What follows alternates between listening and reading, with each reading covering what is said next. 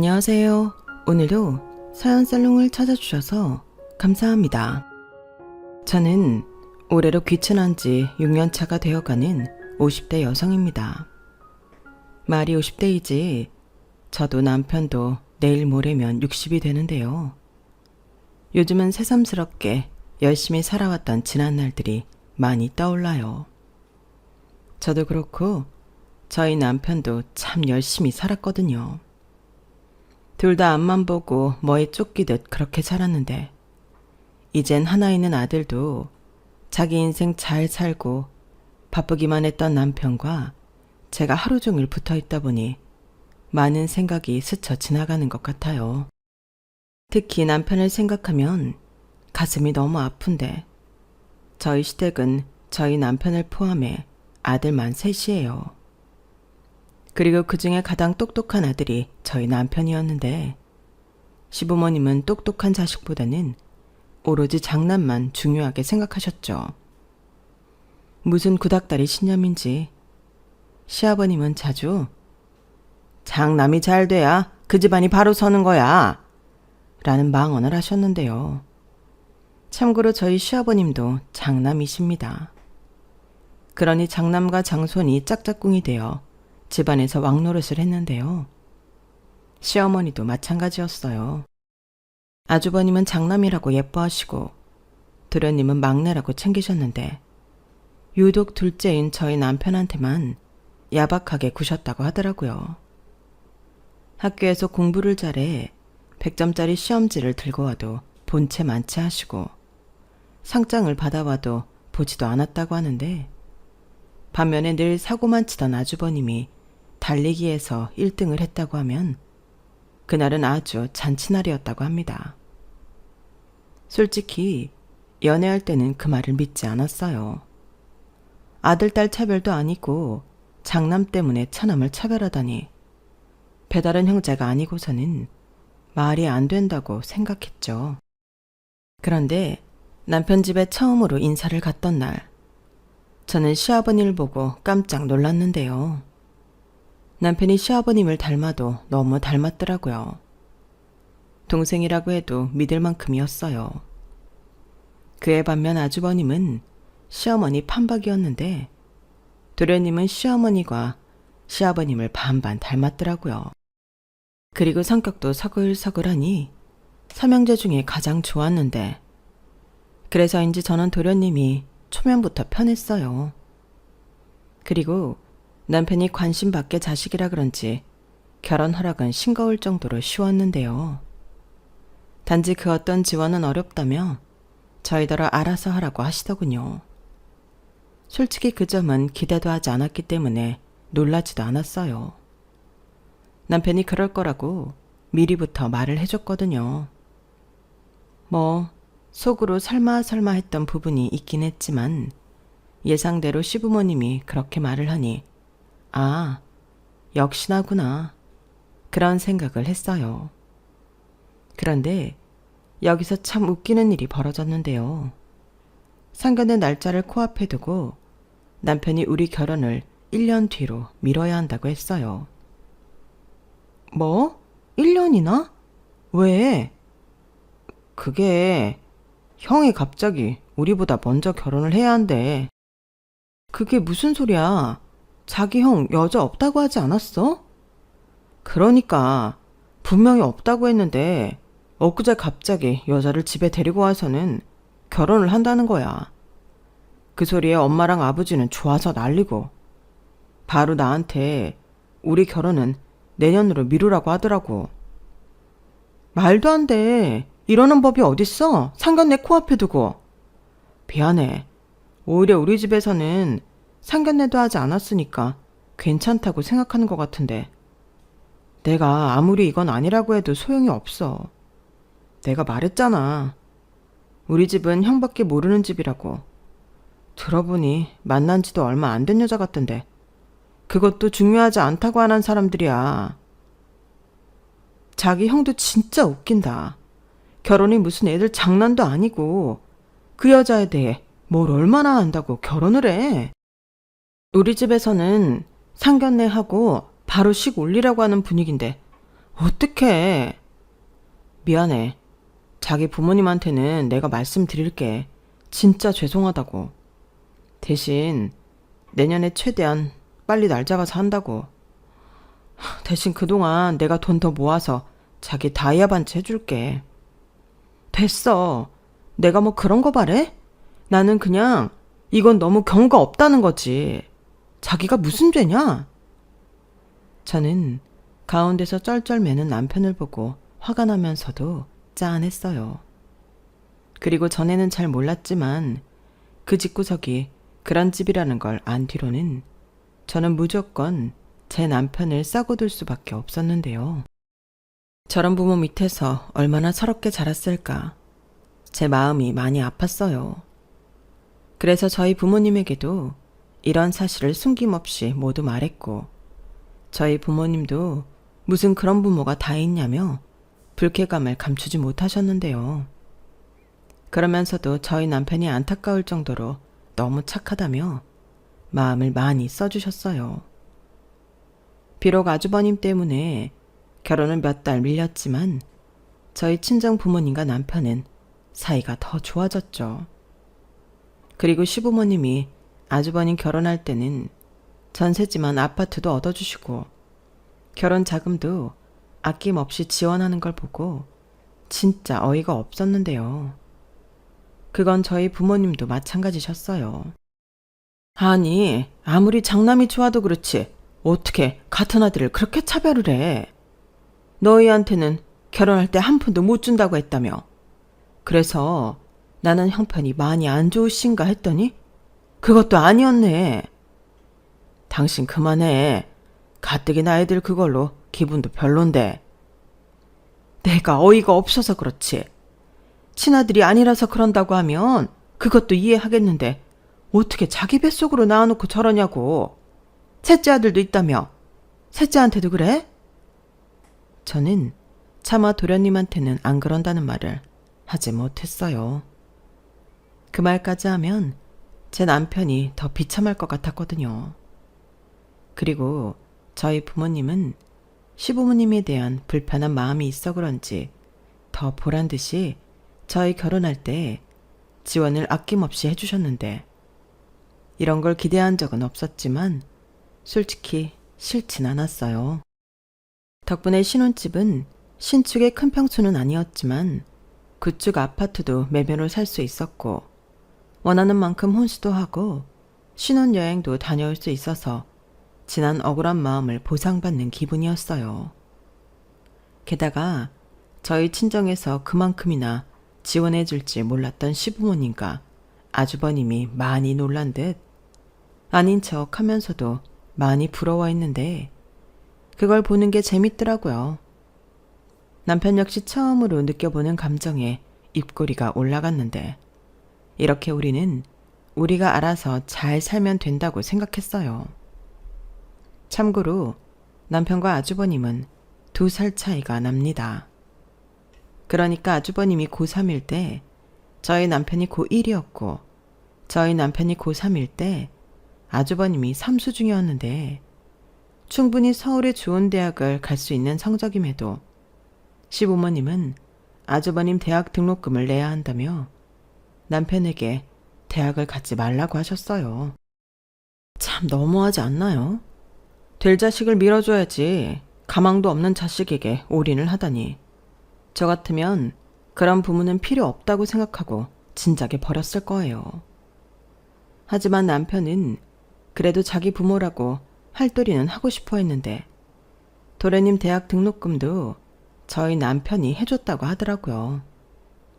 그리고 저희 남편은 대학 진학을 못하고 바로 군대에 갔다고 했는데 거기서 공부를 계속해 자기 힘으로 등록금을 벌어 늦게 대학을 갔다고 했어요.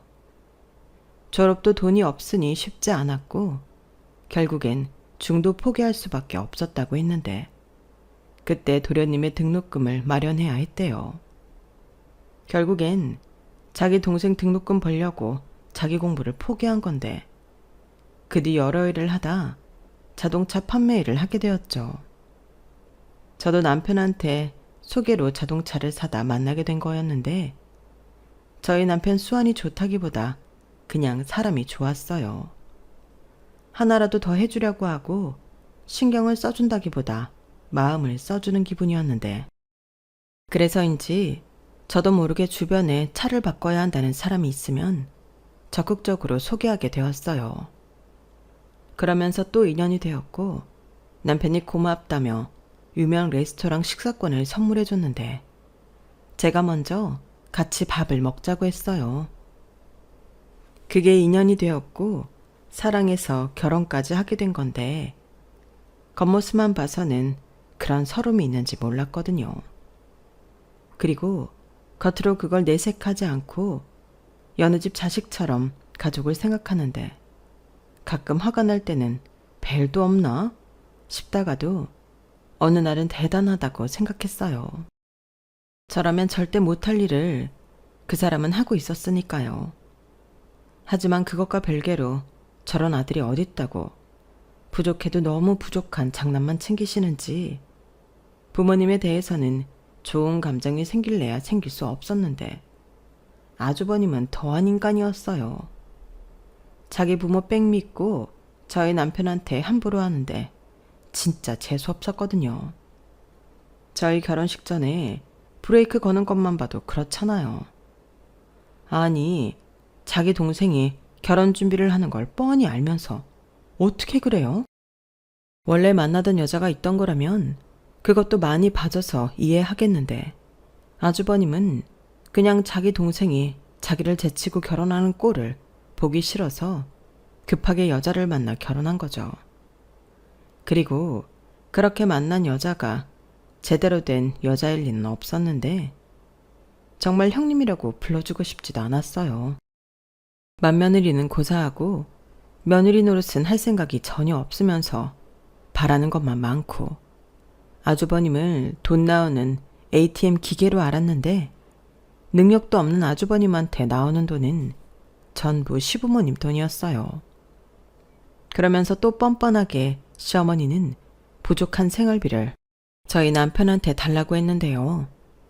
저랑 결혼한 이상 그 꼴은 절대 못 보죠. 남편한테도 그랬어요. 저한테 말하지 않고 시댁에 돈 주는 일은 없도록 하라고요.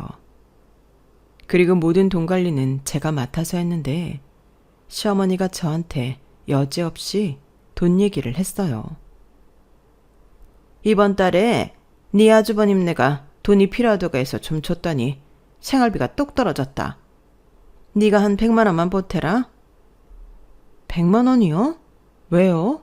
저희도 빠듯해요. 뭐? 못 들으셨어요? 빠듯하다. 100만 원이 적은 돈이 아니잖아요. 아주버님이 쓰신 돈이니 아주버님이나 형님한테 달라고 하셔야죠. 어머, 얘 웃기네? 방금 말했잖아. 우리 큰아들네가 돈이 필요해서 줬다고. 근데 걔들이 나한테 어떻게 돈을 주니? 왜? 나한테 돈 주기 싫으냐?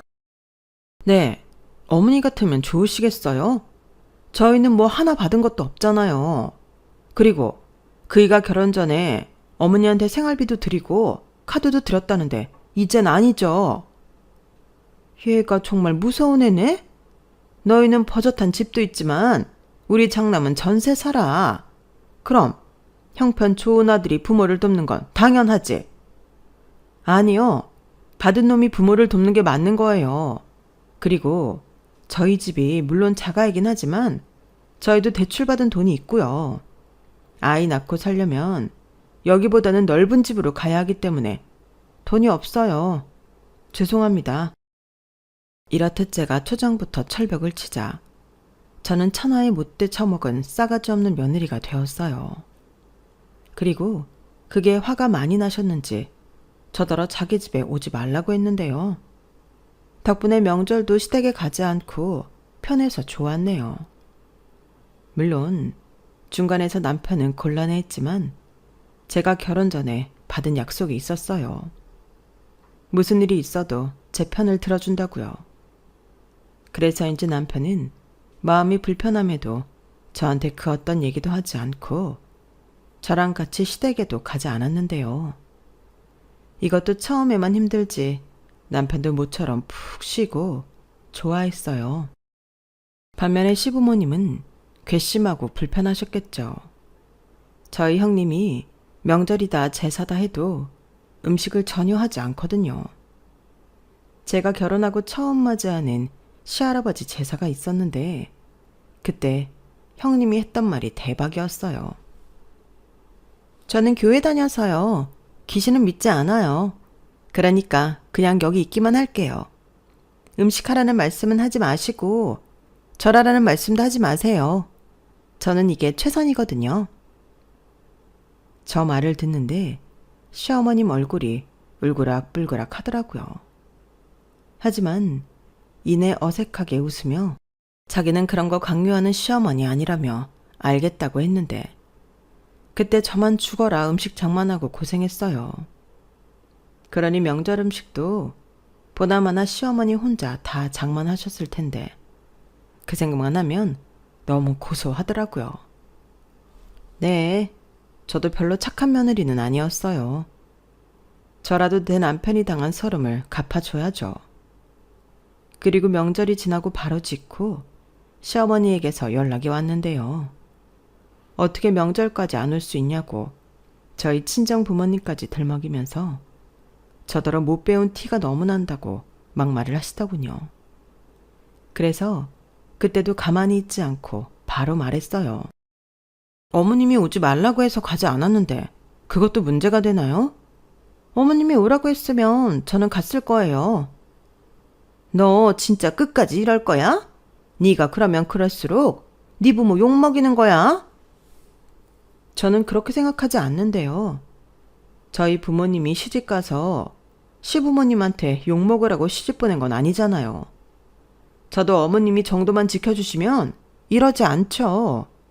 애당초 따지고 보면 제가 먼저 잘못한 것도 없잖아요. 이게 잘못이지. 너는 어떻게 어른이 얘기를 하는데 한마디도 지질 않니? 내가 너 때문에 명절 내내 얼마나 고생했는지 알아? 저야 모르죠. 왜요? 형님이 명절 음식도 못한다고 하셨어요?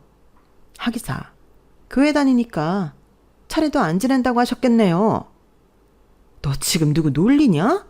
그리고 여기서 네 형님 얘기가 왜 나와?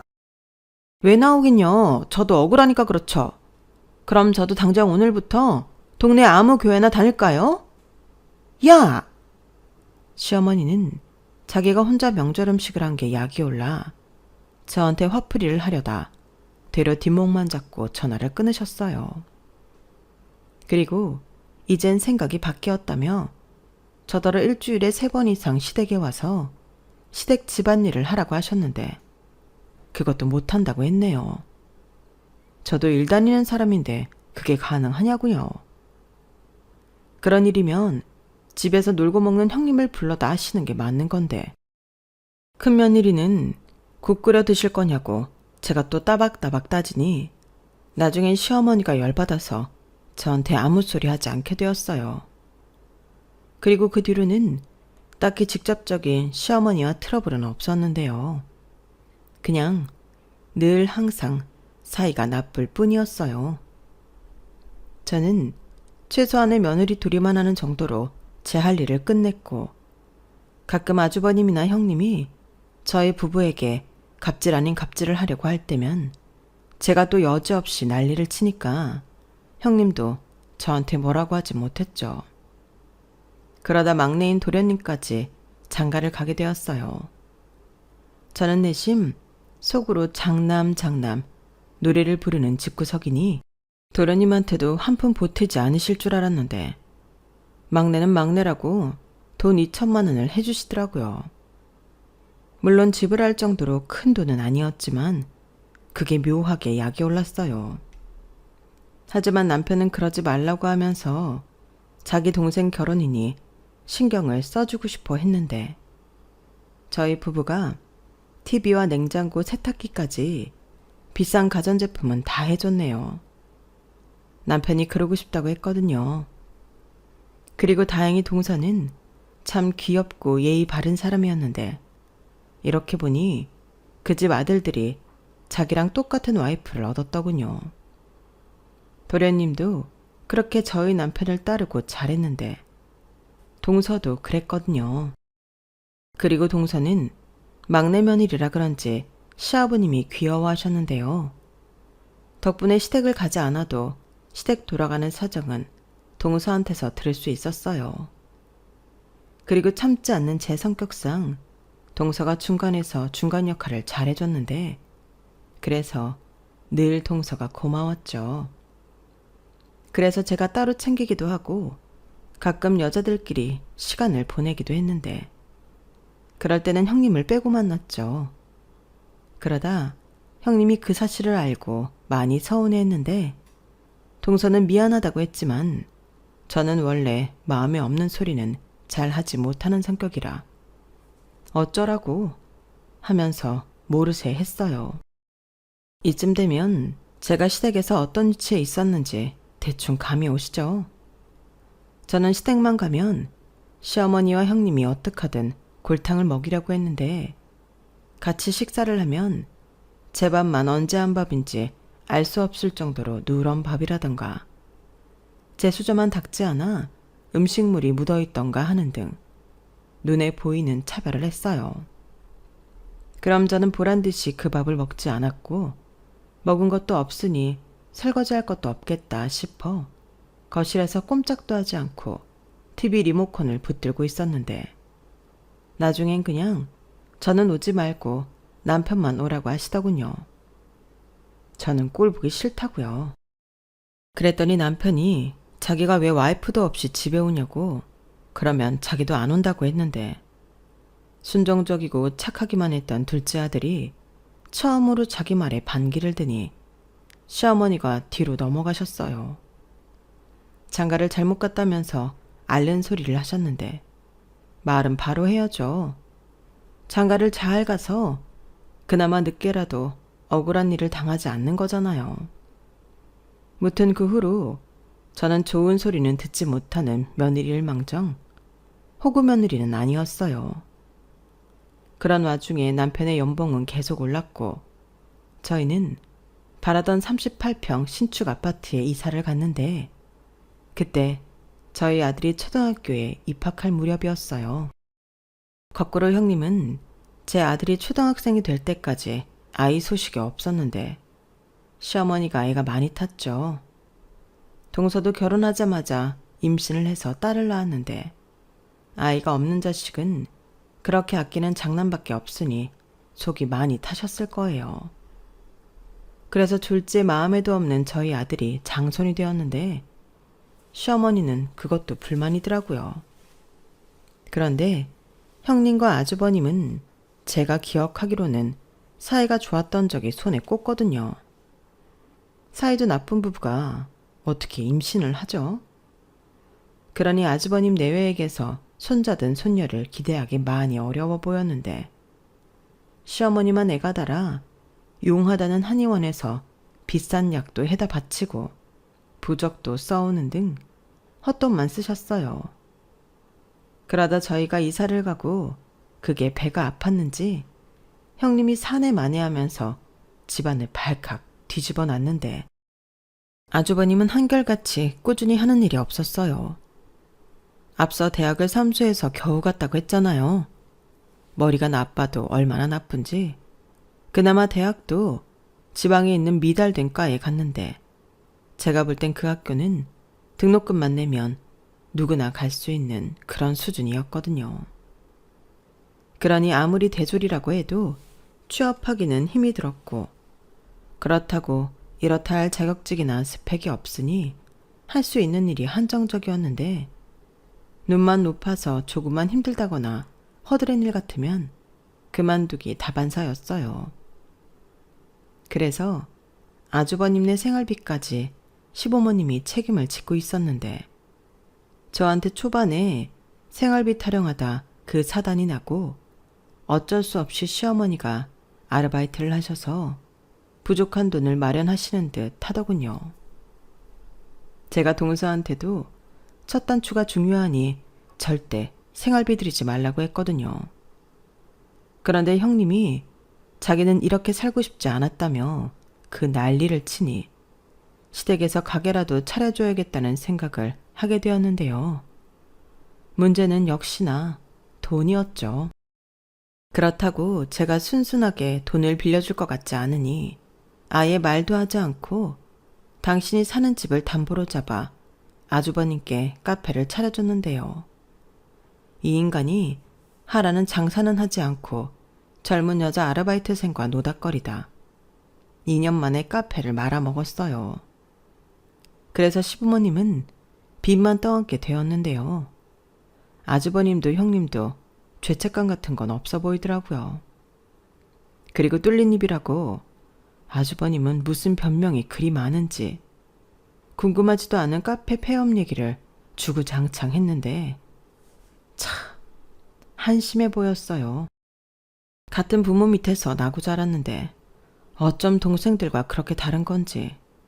이건 그냥 시부모님이 장남이라고 오냐오냐 떠받들어 키운 것이 문제라고 밖에는 볼 수가 없더라고요. 그런데 여기서 충격적인 사실이 뭔지 아세요?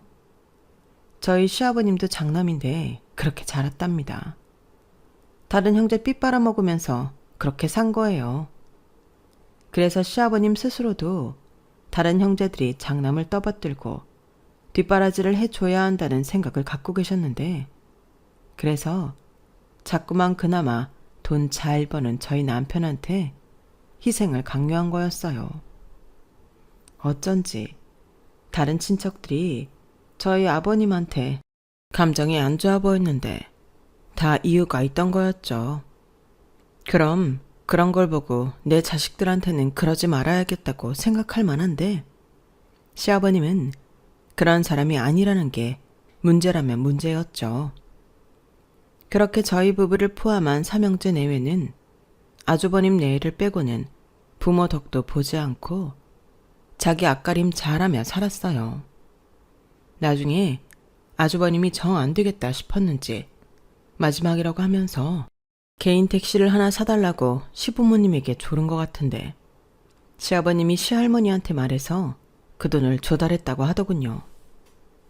대신 지방에 살고 계시던 시할머니를 시아버님이 모시고 왔는데 시할아버지가 돌아가시고 혼자 계셔서 힘드셨던 시할머니가 그걸 조건으로 돈을 해주신 것 같았어요.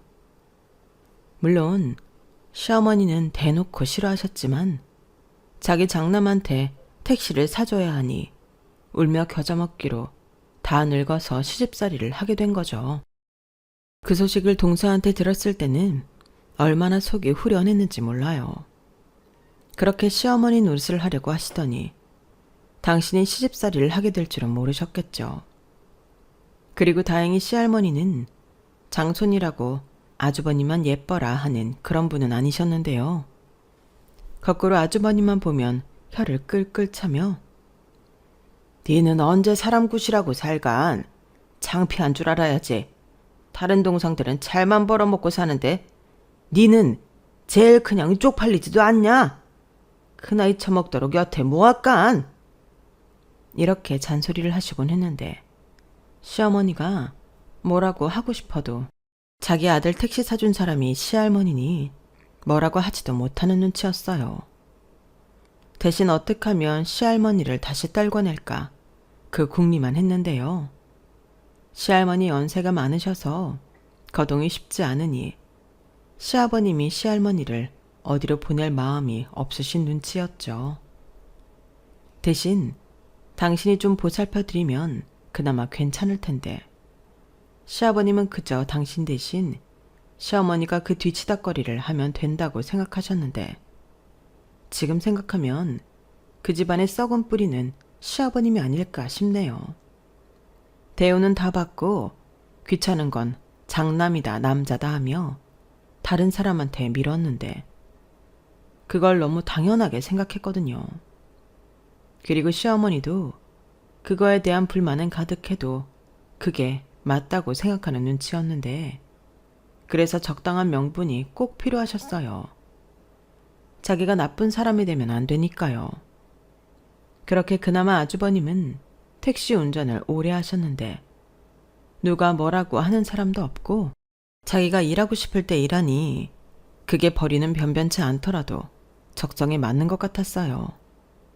하지만 그걸로 성에 찰 형님이 아니었는데 동서의 소식통에 의하면 바람도 심심찮게 피우다 아주버님에게 들켜서 대판 싸우기도 여러 번이었던 것 같은데 헤어지지 않고 사는 게 용해 보이더군요. 아무튼 그렇게 각자 생긴 대로 살다 보니 저와 남편도 어느덧 부록을 한참 넘겼어요.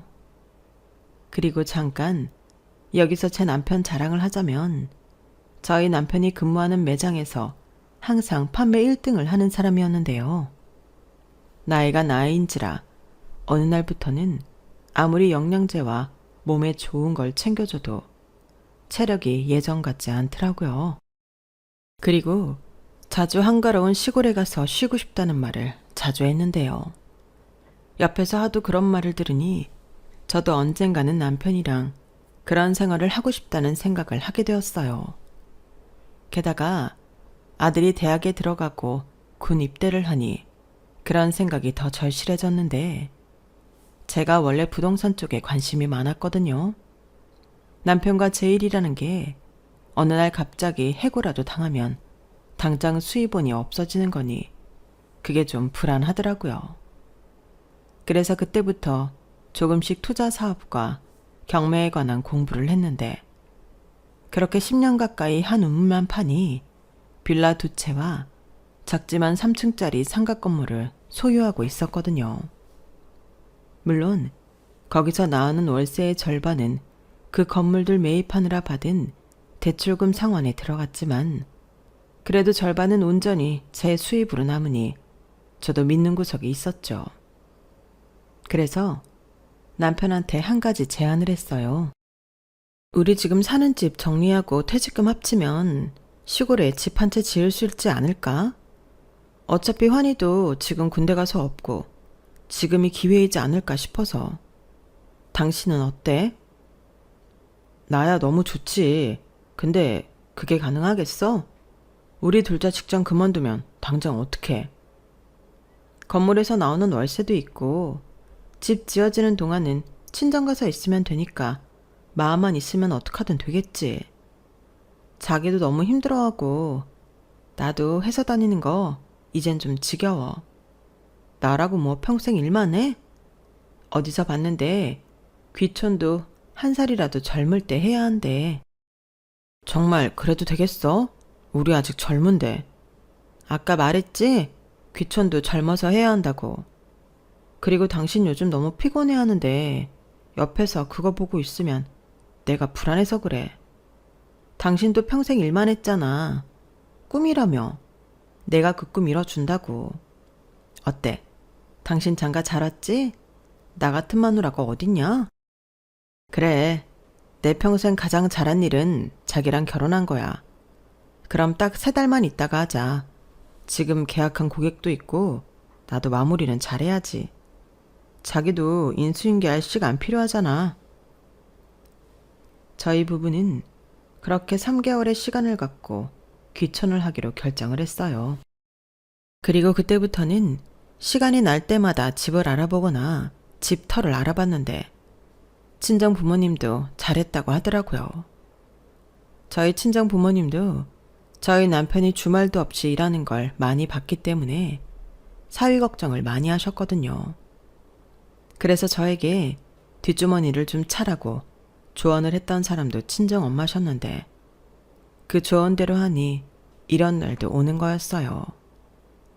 그 후 저희 부부는 순차적으로 시댁에도 이 사실을 알렸는데요. 시어머니는 저희가 시골로 내려간다는 걸 아시고는 꼴값이라고 하셨어요. 저것들이 내려갔다가 학을 떼고 다시 올라와 봐야 도시 생활이 편했다는 걸 알지. 그래, 가봐라. 니들이 얼마나 버틸지 내가 봐야지. 너 솔직히 말해봐. 우리 집이랑 멀리 살고 싶다는 핑계로 이젠 시댁도 안 오르고 수작 부리는 거지? 설마요. 근데 어머님이 그렇게 생각하신다면 어쩔 수 없죠. 어차피 어머님은 제가 어떤 말을 해도 안 믿으실 거잖아요. 저게 진짜 어쩌면 너는 나이를 그렇게 먹고도 그대로냐? 정말 마음에 안 들어. 마음에 안 드는 건 피차 마찬가지인데 자기 마음에 안 드는 줄 알고 시어머니는 저를 잔뜩 노려보며 말했어요. 그리고 저는 여기서 더 한마디 하면 귀촌하기 전에 남편 마음이 불편할까 꾹 참고 귀촌 준비를 했는데요. 다행히 집은 아니었지만 마음에 드는 집터를 발견해 저희는 신속하게 집을 짓기 시작했어요. 저희 아빠 아시는 분이 건축과 토목 관련 일을 하시는데 저희가 부탁을 드리자 땅만 좋고 수도관과 정화조 설치만 끝나면 집 짓는 건 금방이라며 적극적으로 도와주셨어요. 게다가 저희가 구입한 집터는 원래 집이 있던 자리로 땅 밑에 정화조와 수도관도 심어져 있었는데요.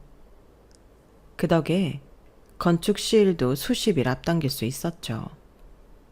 애당초 큰 집을 원했던 게 아니었기 때문에 공사가 쉬웠는지도 모르는데요. 그렇게 원래 계획보다 반년 정도 기다려 저희 집이 완성되었어요. 마당에 저희 부부가 실컷 먹고도 남을 농작물을 심을 수 있는 텃밭과 사과나무, 감나무도 심었는데 벌써부터 신이 나더라고요. 그리고 미뤄진 만큼 저희 부부는 일도 더 많이 해서 귀촌 자금도 넉넉했는데 이래저래 온 세상이 저희 부부를 도와주는 것 같더군요. 그렇게 이사 날짜를 받아놓고 저는 매일 들떠 있었어요. 그런데 시어머님이 갑자기 저희 부부를 호출하더니 난데없이 귀촌할 거면 시할머니도 모시고 가라고 하셨는데요. 저랑 남편은 순간 질색하며 따졌어요.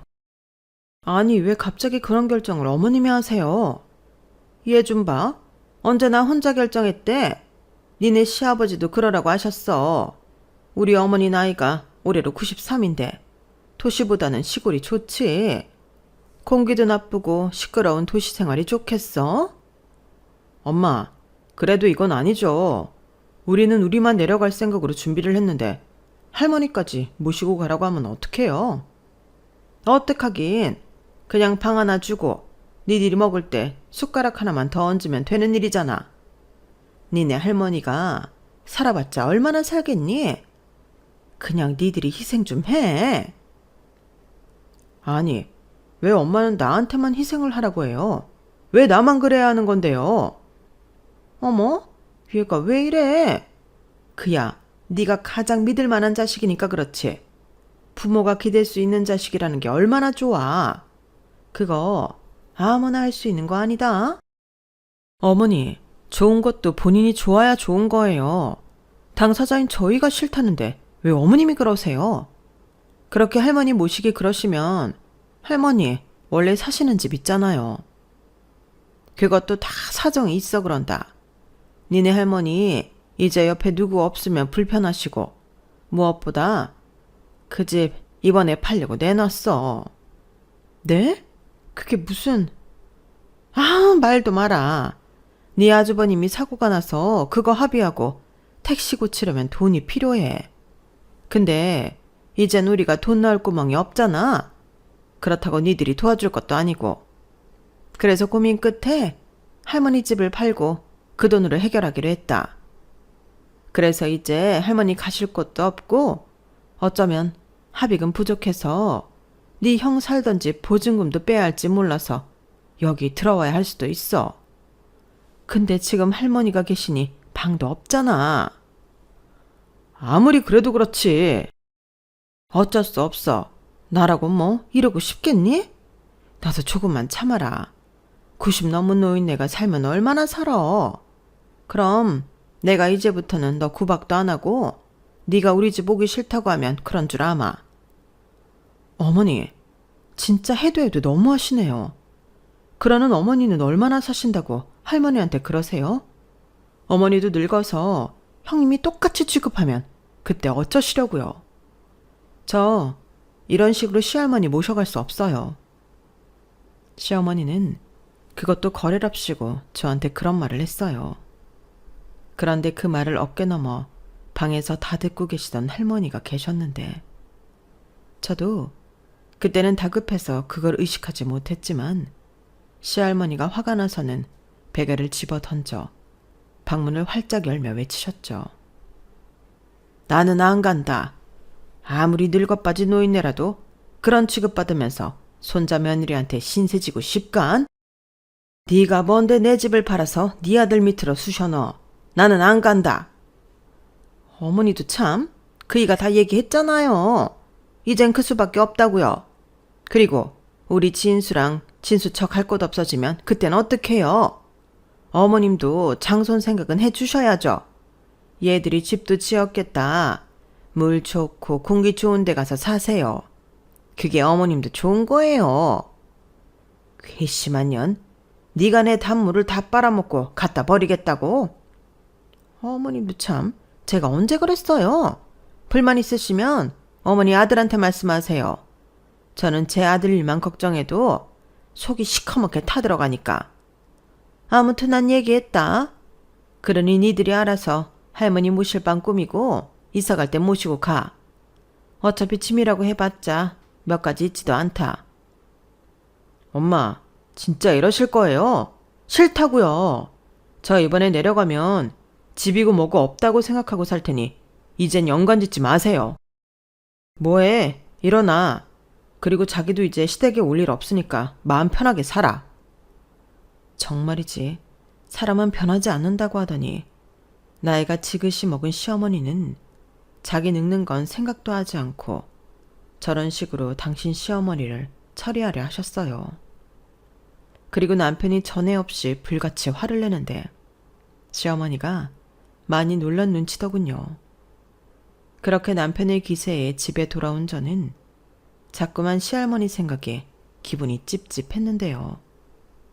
연세가 조금 있긴 하지만 원래 저희 시할머니가 여장부처럼 강단이 있으시거든요. 그런데 시어머니와 같이 산 이후 몰라보게 기력도 떨어지시고 어깨도 작아지신 게 이상하게 계속 마음이 쓰였어요. 그리고 3일 고민하다 남편한테 시할머니를 모시러 가자고 제가 먼저 말을 했는데요. 뭐라고? 당신까지 왜 그래? 아니, 저대로 할머니를 두고 가는 게 마음이 안 좋아. 분명 계속 어머니랑 부딪히고 사셔야 할 텐데 정말로 아주버님이 그 집에 산다고 들어오기라도 하면 어떡해. 지금 하는 걸로 봐서는 할머니 저러다 시설 같은 곳으로 쫓겨나는 거 아니야? 그럼 나나 자기나 마음 불편하잖아. 할머니 연세도 많으신데 우리 환희방 하나 있잖아. 어차피 그놈이 여기 와서 지낼 것도 아니고 그냥 그 방에 할머니 모시자. 진짜 어쩌면 내 마음처럼 되는 게 하나도 없냐? 정말 괜찮겠어? 이러려고 귀촌하자고 한 건 아닌데. 괜찮아. 아무도 없는데 시끄러도 한 명 더 있으면 좋지. 자기랑 나랑 싸우면 편먹을 사람도 있고. 나 진짜 당신 때문에 눈물 난다. 사람이 어떻게 그러냐? 내가 다른 복은 하나도 없지만 마누라 복은 기똥차다. 뭐야, 그걸 이제 한 거야? 그러니까 평생 나한테 잘해라. 저는 그렇게 시할머니까지 모시고 귀촌을 했어요. 저희 부부가 시할머니 모시러 갔을 때 시어머니는 입이 찢어져서는 귀에 걸릴 정도였는데 진짜 그 꼬라지는 보기 싫더군요. 그리고 남편 말대로 이젠 손절하고 남남처럼 지내자고 말했는데 그 말에는 시부모님 두 분 다 콧방귀도 끼지 않으셨어요. 아마도 믿지 않으셨겠죠. 아니, 그럴 마음이 없으셨겠죠. 하지만 저희 부부는 그 집을 나선 이후로 시부모님이랑 아주버님 형님 번호까지 전부 차단해버렸는데 시할머니도 그러고 싶다고 하셔서 시할머니는 아예 핸드폰을 없애버리셨어요. 그리고 저희 세 사람의 시골살이가 시작되었는데 유유자적은 개뿔. 너무 바쁘고 정신이 없더군요. 경험이 없다 보니 우왕좌왕 실패의 연속이었어요. 그나마 시할머니가 옆에서 가르쳐 주셔서 차츰 나아질 수 있었는데 저희끼리 농담 삼아 시할머니 없으셨으면 저희는 굶어 죽었다고 할 정도였네요. 저희 시할머니가 젊어서는 논이며 밭이며 하우스까지 안 해본 농사가 없다고 하셨거든요. 그리고 저희 부부의 든든한 선생님이 되어 많은 걸 가르쳐 주셨는데 거동이 많이 힘드시긴 했지만 매일 나가서 조금씩 걷다 보니 그게 운동이 되어 예전보다는 훨씬 잘 움직이게 되셨어요. 그리고 늘 저한테 고맙다며 자기가 살면서 후회한 일 중에 남편 말을 거스르지 못한 거라고 하셨는데 자기 남편이 저희 시아버님을 그렇게 키우셨고 그런 시아버님이 저희 아주버님을 그렇게 키우고 있어 옆에서 보는데 당신 죄처럼 느껴졌답니다. 더욱이 가족들에게 희생만 당하고 사는 저희 남편을 보면 그렇게 마음이 아프셨다고 했는데 그러시면서 저희 부부에게 꼬깃꼬깃한 무언가를 하나 건네셨어요. 여가 우리 친정에서 나한테 준 땅인데 돈이 될지 어쩔지는 모르겠지만 네 가져라. 할머니, 왜 이런 걸 저를 주세요? 그럼 인자 죽을 날도 멀지 않은 나가 그거 갖고 가랴?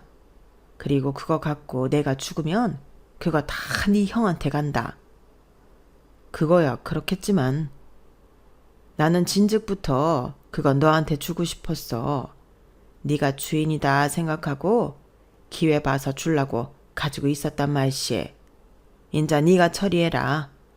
뭐 그게 도움이 될지 아닐지 모르지만 할미가 마지막엔 우리 손자한테 하나는 해주고 싶다. 니들 덕에 내가 참 마음 따숩게 간다. 고맙다이. 할머니도 참 왜 기분 이상하게 그런 말을 해요. 할머니 아직 정정하시잖아요. 내가 늙어본게 사람은 언제 갈지 모르는 기다.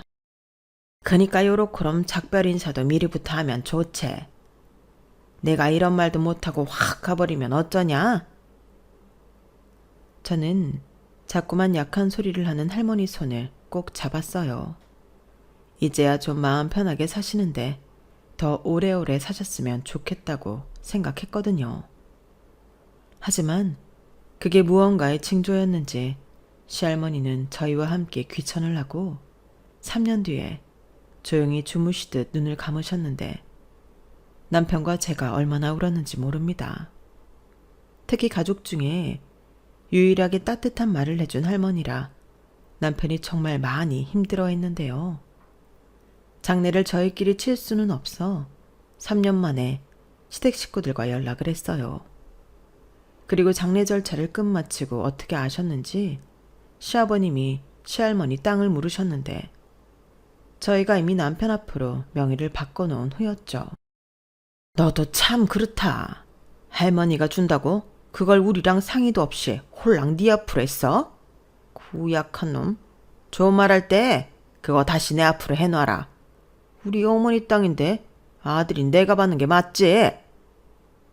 아버지, 죄송한데요. 이건 할머니가 직접 저한테 주신 땅이에요. 드릴 이유 없습니다. 야, 아빠가 달라고 하잖아. 네가 뭔데 아빠 말에 이유를 따져? 나 지금 이혼하기 직전이거든. 좋은 말 할 때 그 땅 내놔. 아니면 너 지금 살고 있는 그 집을 내놓든가. 형, 진짜 정신 안 차릴래? 그 나이 먹도록 왜 그렇게 살아? 나는 형이 이혼을 하든 감방을 가든 관심 없어. 내가 아직도 형한테 다 뺏기고 호구짓 하는 놈으로 보여? 저게 안 보는 사이 미쳤나? 야, 너 지금 형한테 개기냐? 말 조심해. 나이가 몇인데. 제발 나이값 좀 하고 살아라. 여태 내 인생에 걸림돌로 살았으면 형도 양심이라는 게 있어야 하지 않냐? 나는 분명히 말했어.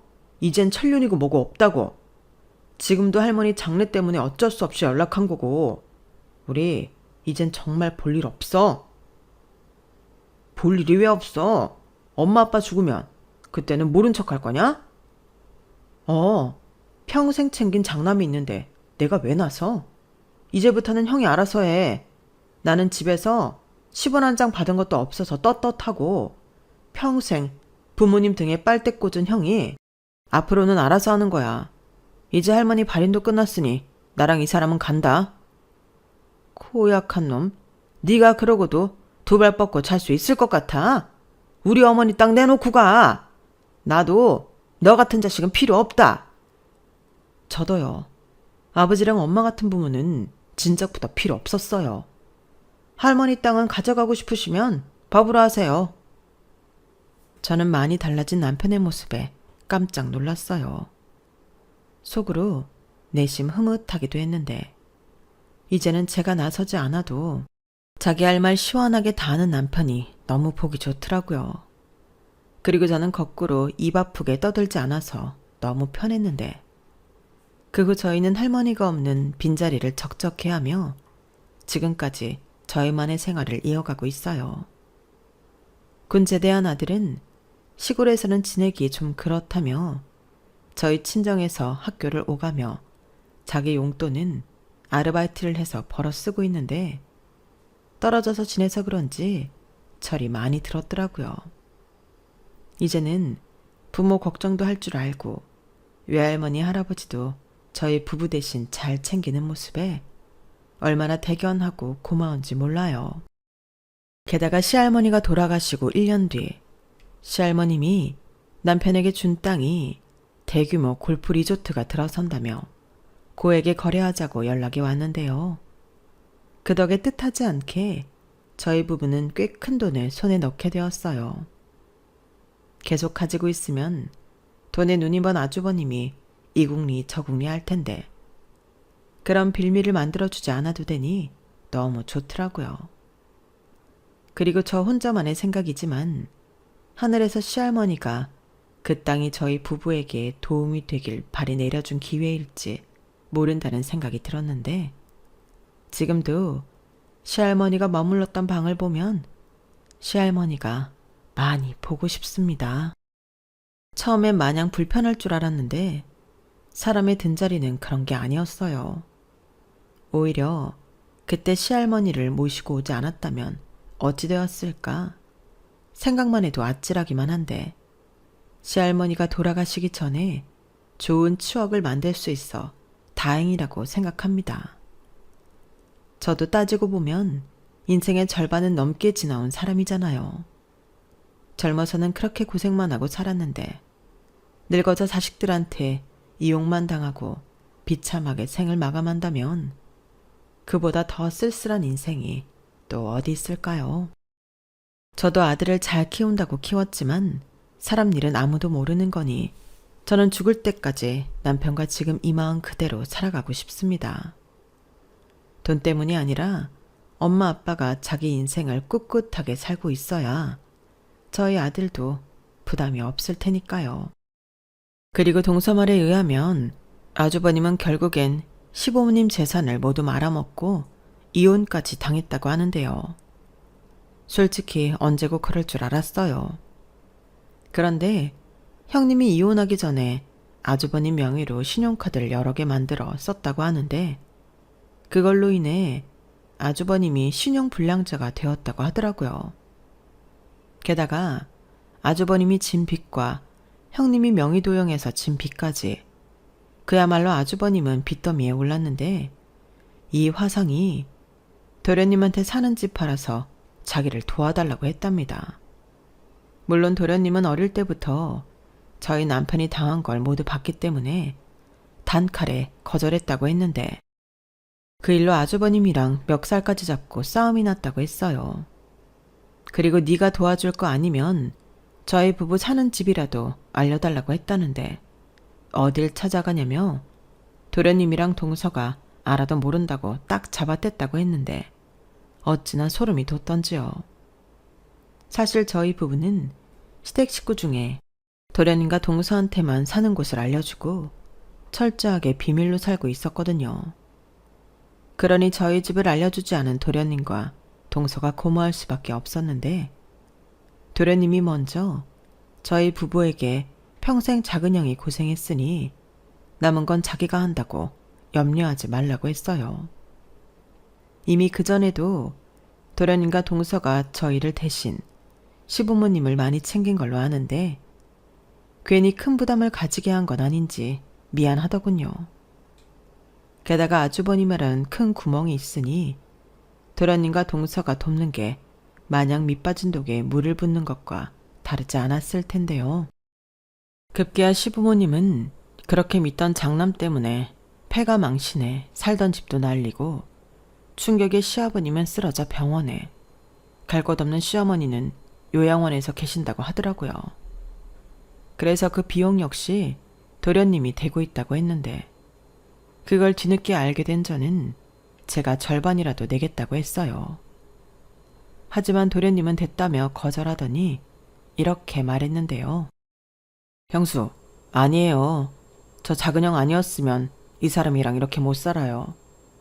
형이 자기 공부도 포기하고 제 대학 등록금 다 내주고 했는데 그 정도는 제가 해야죠. 형수랑 형은 마음 편하게 지내세요. 사실 진작부터 제가 나서야 한다고 생각했는데 늦어서 죄송해요. 저희 집사람도 그러자고 했어요. 동서, 정말이야? 내가 미안해서 어쩌지? 미안하긴 뭐가 미안해요. 저야말로 형님 뒤에 숨어서 편하게 지냈죠. 저희 시어머니가 보통 시어머니세요? 근데 형님이 있어서 제가 편했어요. 그리고 저희 필요할 때마다 도와주신 것도 형님이랑 아주버님이시잖아요. 저희 이제 그 은혜 갚는 거예요. 그래도 저희가 아주 조금은 젊잖아요. 아우, 재수씨, 고마워요. 우리가 말년에 재수씨 덕에 참 편하게 살겠네요. 괜히 큰 짐 지어주는 것 같아 미안해요. 힘들면 언제든 말하세요. 아니에요. 아주버님이야말로 편하게 하시고 싶은 거 다 하시고 사세요. 이 사람이 작은 형 생각 정말 많이 해요. 그리고 저는 형님 쫓아가려면 멀었고요. 저는 동서의 말에 감동해서 울컥 눈물이 나고 말았어요. 거지 같은 집구석이라고 생각했는데 그런 집구석에도 좋은 사람들이 있더라고요. 그리고 도련님이랑 동서가 있어 정말 다행이라고 생각했는데요. 마음이 편해서인지 남편은 귀촌한 후로 살은 많이 빠졌지만 전보다는 많이 건강해졌답니다. 저 역시 불면증이 심했는데 이젠 눕기만 하면 바로 잠이 들어요. 그리고 깨우지도 않았는데 새벽에 눈이 떠지고 새벽부터 분주히 움직이다 보면 저희 동네에 사계절이 눈에 들어오는데 이런 맛에 귀촌을 하나보다. 요즘은 그런 생각을 많이 해요. 무엇보다 열심히 살다 온 귀촌이라 그런지 후회도 없고 매일매일 보상받는 기분이 드는데 열심히 살던 가락은 어쩔 수 없어서 일을 자꾸만 만들지만 저도 남편도 지금은 전에 없이 마냥 행복합니다. 처음 귀촌했을 때는 텃세가 있으면 어쩔까 걱정도 많았는데 저희 시할머니 덕에 그런 것도 없었어요. 그리고 손주 며느리가 시할머니한테 극진하다며 마을 분들이 저를 어찌나 예뻐하시는지 지금도 그 덕을 보고 있답니다. 지금 이렇게 글을 쓰면서 느낀 건데 이건 역시 시할머니가 저희 부부한테 주신 선물 같아요. 시골에 오면 저희 부부 둘뿐이라고 생각했는데 이웃이 굉장히 많거든요. 덕분에 외로운 것도 모르고 나누는 기쁨도 누리며 지내고 있는데 모든 것이 아주 대만족입니다. 실제로 귀촌했다가 포기하고 다시 올라가는 사람들이 많다고 하는데 저랑 남편은 그럴 생각이 없거든요. 그리고 이제부터는 조금은 게으르게 편안히 남은 시간을 보내고 싶은 마음인데요. 저는 앞으로도 내 남편이 최고라는 마음으로 끝까지 남편과 함께 많은 추억을 만들고 싶네요. 인생이 뭐 별건가요? 사랑하는 사람이랑 삼시세끼 맛있게 먹고 별것도 아닌 일에 웃고 살면 행복한 거죠. 저는 60대, 70대, 80대에도 꼭 그렇게 살고 싶습니다. 제 사연은 여기까지예요. 살아온 시간이 길다 보니 내용도 길어졌는데 긴 글 들어주셔서 대단히 감사합니다. 그리고 끝으로 저희 남편 가족 때문에 아팠던 분이 계신다면 꼭 행복하셨으면 좋겠어요. 착한 건 죄가 아니니까요. 그럼 항상 건강 잘 챙기시고 매일이 즐거운 날 되시길 바라며 안녕히 계세요. 감사합니다. 여러분, 사연 댓글에 응원과 현명한 조언 부탁드려요. 좋아요와 구독은 저에게 큰 힘이 됩니다. 오늘도 좋은 일 가득하세요.